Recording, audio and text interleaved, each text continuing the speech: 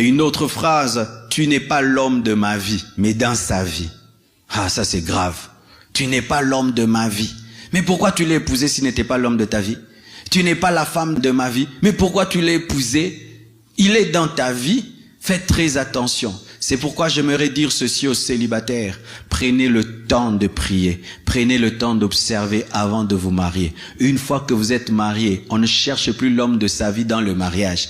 On ne cherche plus la femme de sa vie dans le mariage. Une fois que vous êtes marié, fini la recherche de l'homme de la vie. Fini. Sinon, tu vas désirer dans ton cœur que l'autre meure pour que tu te maries et ça devient de la sorcellerie, frère. Ce n'est pas l'homme de ma vie. Tu n'es pas l'homme de ma vie. Tu n'es pas la femme de ma vie. Ainsi, l'autre commence à dire, si je ne suis pas l'homme de ta vie, qui est l'homme de ta vie?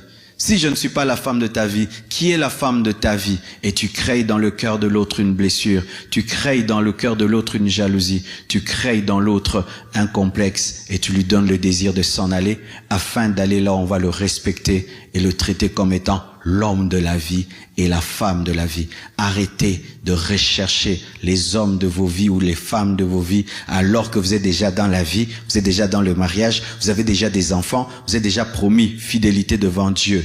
Sachez ceci, et ça l'Esprit de Dieu vient de me dire, de vous dire, ce n'est pas parce que Dieu t'a donné Rebecca qu'elle sera parfaite. Le problème de certaines personnes, lorsque elles se marient, elles pensent que comme c'est l'homme de ma vie que Dieu m'a donné, donc il sera parfait. Dieu ne nous donne pas des anges, Dieu nous donne des humains, Dieu nous donne des humaines. Dieu ne te donnera pas un homme qui n'a pas de défauts. Non, ça n'existe pas. Même si c'est Dieu qui te l'a donné, il aura des défauts. Même si c'est Dieu qui te l'a donné, elle aura des défauts. Rebecca était venue du plan de Dieu, mais pendant un temps elle était stérile. Hein. Elle était stérile.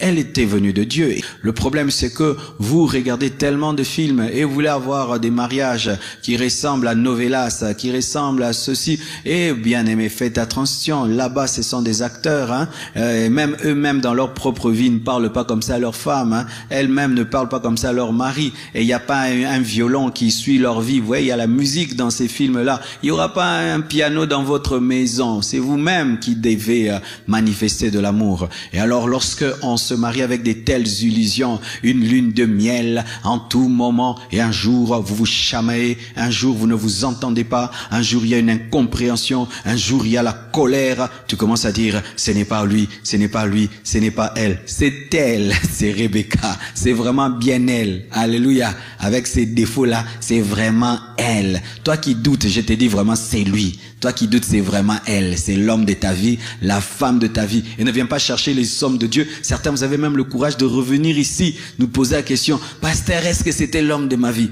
Mon frère, il faut pas tenter les gens. Amen, hein? Il faut pas tenter les gens. Une autre phrase, que chacun fasse sa vie. Tu es libre. Fais ce que tu veux. Des phrases pareilles viennent dans un couple lorsque l'esprit de divorce est à l'œuvre. Fais ta vie. Un couple sans jalousie.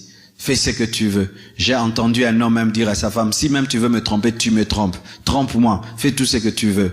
C'est lorsque on vit dans une même maison, mais on ne dort pas dans le même lit. Chacun a sa vie. Ça devient comme deux locataires qui ont la même adresse, quoi. Vous voyez, quoi. Mais il n'y a plus de mariage. La femme a des copains. Le mari a des copines. Le mari dort au salon. La femme dort dans la chambre. Le mari sort, il rentre à 2h du matin. La femme aussi sort et rentre demain. Personne ne pose la question à l'autre. Un couple sans jalousie. Même Dieu est jaloux. Même Dieu est jaloux. Il est jaloux de l'Église.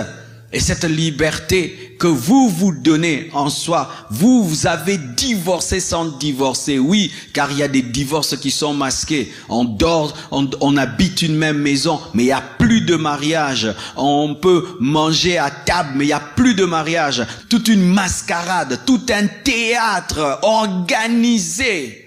Faites très attention.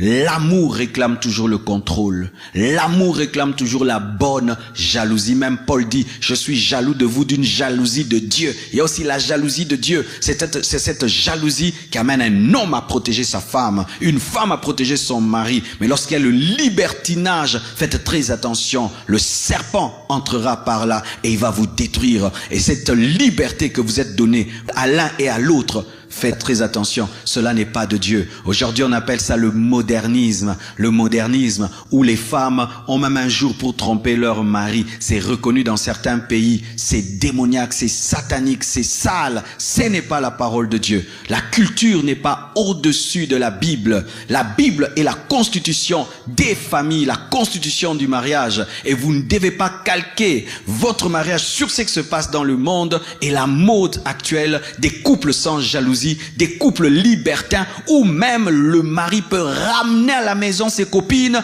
devant sa femme. Oh, ça c'est de l'abomination, mes frères, de l'abomination.